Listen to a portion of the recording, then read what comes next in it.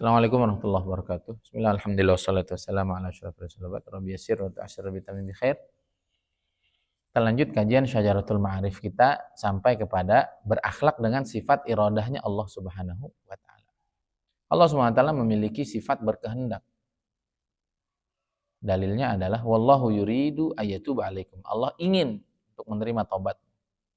Wa may yuridillahu fitnatah, siapa yang Allah ingin mengujinya, falang tamlika lahu minallahi syai'a, maka engkau tidak punya pengaruh apapun terhadap orang itu. Di Allah tuh punya keinginan, dan beruntunglah kita kalau Allah SWT tanamkan dalam diri kita segala keinginan yang baik, karena tidak ada satu keinginan pun kecuali itu adalah inginnya Allah. Dalilnya wa ma tasyauna illa ayyasha Allah. Tidaklah kalian punya ingin kecuali itu inginnya Allah Subhanahu wa taala. Apa yang ingin kita ambil dari sifat Allah yang iradah ini? Kata beliau, adapun buah dari mengetahui bahwa segalanya itu dikehendaki oleh Allah Subhanahu wa taala, dan hanya Allah yang punya kehendak, yang kehendaknya itu bisa terlaksana semuanya. Kita kan punya kehendak, pengen kaya. Kita punya kehendak pengen jadi paling ganteng, tapi kan belum. Tapi Allah Subhanahu wa taala semua keinginan itu menjadi sesuatu. Maka akhirnya kita menjadi takut, menjadi khawatir. Yang dua sifat ini, rasa takut dan kekhawatiran ini, membuat kita menjadi apa? Menjauhkan diri dari segala hal yang tidak Allah ridhoi. Dan akhirnya kita memperbaiki diri. Jadi dengan kita tahu bahwa semua dikehendaki Allah dan semua kehendak Allah akan terjadi, maka akhirnya kita ngejaga diri dari membuat Allah murka. Adapun bagaimana kita menggunakan akhlak iradah ini dalam hidup kita, beliau sebut, Imam Izzuddin bin Abdussalam sebut ada dua macam. Yang pertama ada yang doruri, yang kedua ada kasbi. Wahai iradatil af'al al-kasbiyah. Wa tsani kasbi wa takhallaq minha bi kulli iradatin hasaka syar'u 'alaiha wa nadabaka ilaiha ka iradatu ta'ah kulliha.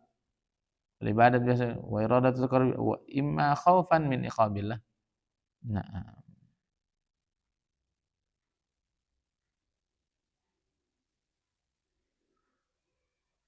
Ya, yang pertama apa? Yang pertama doruri. Sesuatu yang otomatis gitu. Apa itu?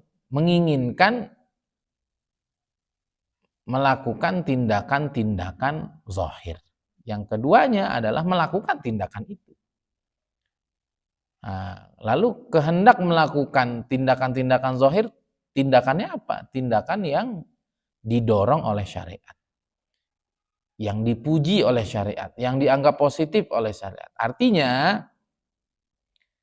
setelah kita mengetahui iradah, sifat iradahnya Allah, apa akhlak kita, apa sikap kita agar sifat ini ada di dalam kehidupan kita? Pertama ya, hanya pengen ngelakuin hal-hal yang baik di dalam syariat.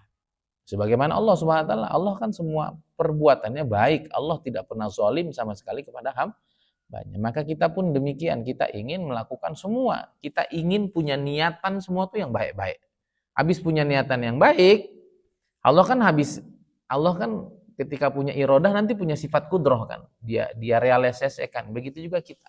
Setelah kita punya niatan, hanya niatan-niatan baik yang didorong oleh syariat, yang semuanya adalah positif, setelah itu baru kita lakukan amaliyah yang sudah kita niatkan. Kita melakukan itu semua karena takut kepada azab Allah, berharap pahalanya, malu dan cinta kepadanya. Nah, atau segan kalau kita bermalas-malasan dari taat kepadanya atau terlibat dengan maksiat kepadanya. Kemudian selanjutnya, itu jadi sifat iradah ya. Sifat iradah artinya apa? Buah dari kita tahu ini, kita jadi takut bahwa kalau Allah pengen menyiksa kita, Allah ingin menghinakan kita, mudah sekali. Sehingga kita ngejaga diri dari segala maksiat.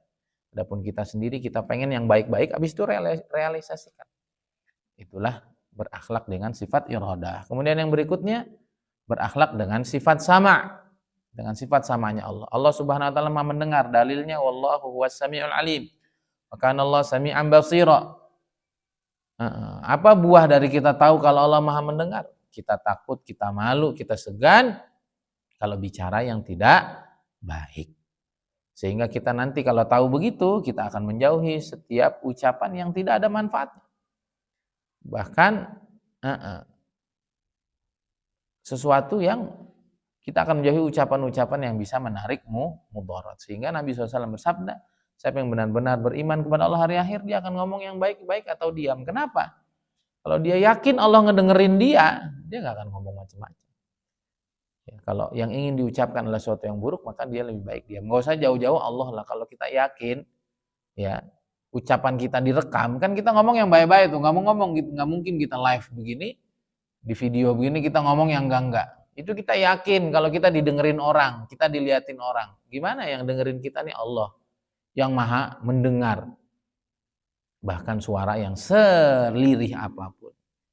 Bagaimana kita berakhlak dengan sifat ini? Ada yang doruri. Ya. Apa namanya itu? As-sama' al-ittifaqi. Nah, yang pertama adalah ya kita nih secara fitrah memang mendengar begitu. Itu doruri itu. Nggak perlu kita upayakan, memang kita ini udah dengar, paham nggak?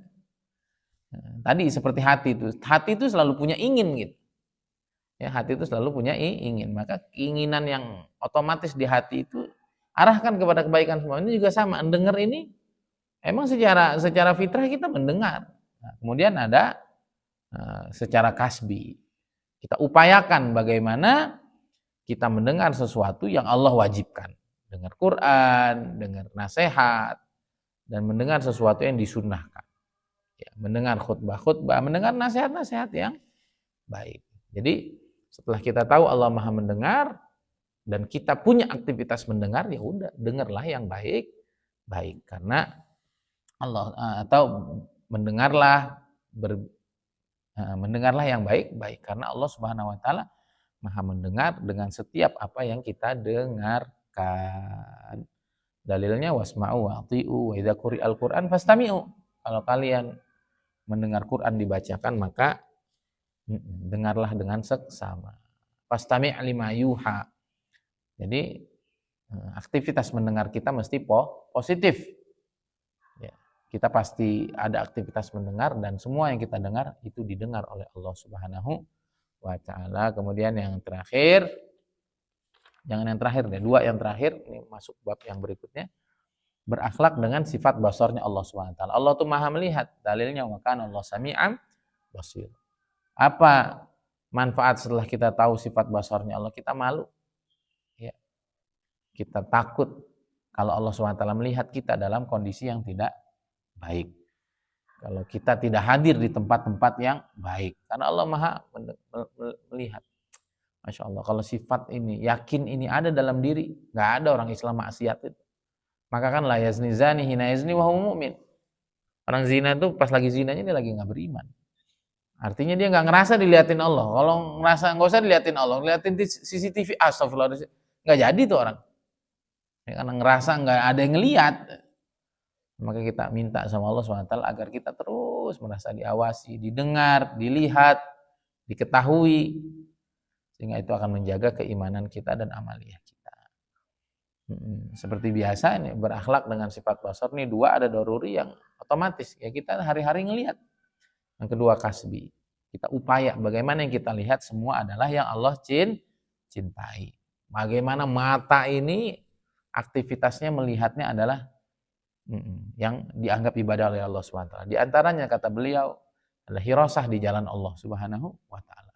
Berjaga malam dari serangan musuh, termasuk ya mutalaah kitab nanti. Ya, termasuk apa ini? Melihat makhluk-makhluk Allah untuk mengingatkan kemahasempurnaan Allah Subhanahu wa Ta'ala. Ya, jadi mata digunakan tadi untuk sesuatu yang bermanfaat, diantaranya melihat makhluk untuk melihat keindahan, kemahasempurnaan, hikmah Allah dan lain sebagainya.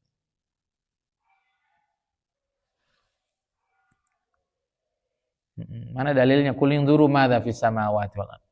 Allah suruh lihat tuh apa yang ada, keindahan Allah, kehebatan Allah di bumi dan langit. Unzuru ila thamarihi idza athmar. Suruh liatin tuh buah saat dia tumbuh. Betapa di situ ada kehebatan Allah Subhanahu wa taala.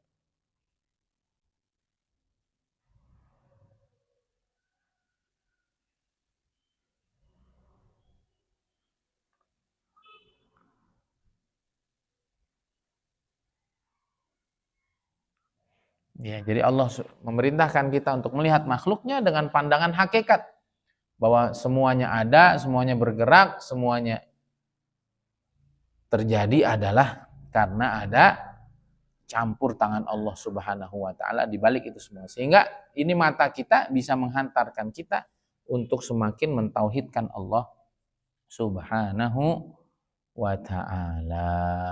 Nah, terakhir berakhlak dengan sifat kalamullah. Tadi Allah Maha melihat sehingga kita malu. Lalu kita apa sikap kita dengan Maha melihatnya Allah itu tadi? Menggunakan pandangan kita yang disukai oleh Allah Subhanahu wa taala. Melihat yang baik-baik saja, menjauhkan mata dari yang haram, melihat orang lain dengan pandangan memuliakan, melihat diri sendiri dengan pandangan menghinakan. Melihat seluruh makhluk ingat Allah Subhanahu wa taala. Melihat dunia ini dengan pandangan yang hina, melihat akhirat, melihat agama ini dengan pandangan memuliakan. Ini semua adalah bagaimana kita berakhlak dengan sifat basarnya Allah Subhanahu wa taala. Terakhir, berakhlak dengan sifat kalamnya Allah Subhanahu wa taala. Dalil kalau Allah punya kalam adalah wa in ahadun minal musyrikin istajaraka fa'jirhu hatta yasma'a kalam Allah wa saddaqat bi kalimati rabbihha. Wa qala rabbukum ud'uni. Allah berfirman, ud'uni astajib lakum. Apa keuntungan kita tahu bahwa Allah itu mempunyai sifat kalam, mempunyai sifat berbicara? Fama'rifatu dzatillah wa sifati. Kita jadi tahu dan kenal zat dan sifatnya Allah Subhanahu wa taala. Kita jadi tahu perintah dan larangannya, karena kalau Allah tidak berbicara, Allah SWT tidak punya sifat kalam, ya kita gimana tahu perintah dan larangan? Ya, sehingga nanti kita tahu, oh Allah memerintahkan ini, sehingga kita akan bertakarub dengannya dengan hal-hal yang dia fardukan, dan kita mencari cintanya dengan hal-hal yang dia sunnahkan. Jadi dengan kita tahu Allah berbicara ini dan itu, sehingga akhirnya kita tahu mana yang Allah suka, mana yang Allah nggak suka, mana yang Allah perintah, mana yang Allah larang, mana yang fardu, mana yang sunnah. Sehingga dengan itu semua kita bisa semakin mengenal Allah Subhanahu wa taala, bersikap yang tepat sesuai dengan yang Ia perintahkan. Adapun berakhlak dengan sifat ini adalah tatakallum bi kulli ma dallaka alaihi wa arsyadaka ilaihi mimma yuzlifuka ladai min dzikri wa syukri wa tilawati kitabih. Akhirnya kita berbicara dengan apa yang akan membawa kita menuju Allah Subhanahu wa taala. Kita bicara yang baik-baik intinya. Kita bicara yang baik-baik. Bagaimana dari pembicaraan kita makin dekat sama Allah. Ya ini diantaranya ngajar. Sehingga apa yang kita ucapkan akan merefleksi lebih dulu kepada diri kita. Dan kita mengucapkan sesuatu tadi ya yang lebih mendekatkan kita ke Allah. Kemudian kita berbicara yang Allah Subhanahu wa taala ridho kepada kita. Apa itu bicara yang Allah ridho? Zikir, syukur, baca kitabullah, menerangkan tentang hukum-hukumnya Allah, mengajarkan apa yang Allah perintahkan, ya, memerintah kepada yang baik, melarang dari yang mungkar. Intinya dari ucapan kita ini bagaimana membuat Allah SWT ridha dan kita menjauhi segala yang tidak baik. Wal kalam salas, kata beliau. Berbicara itu ada 3. Kalimatun turdi maulak, wa kalimatan tuskhitu, wa kalimatun muhtamilah. Ucap itu ada 3 aja ucapan yang keluar dari lisan kita. Ada ucapan yang buat Allah senang. Yang kedua ucapan yang buat Allah marah. Yang ketiga ucapan yang masih abu-abu. Antara ada baiknya ada enggaknya. Maka kata beliau, mengucaplah kalimat-kalimat yang bikin Allah ridha. Jauhilah ucapan-ucapan yang membuat Allah marah. Dan membuat rancu pikiran banyak orang. Sekarang ini banyak. Tadi pagi saya sebelum sholat subuh tuh. Kadang-kadang lihat HP tuh kadang jadi 7 menit deh. Tapi ilmu sih. Sekarang ini terlalu berani, terlalu banyak orang berani dengan lisannya. Ngeri.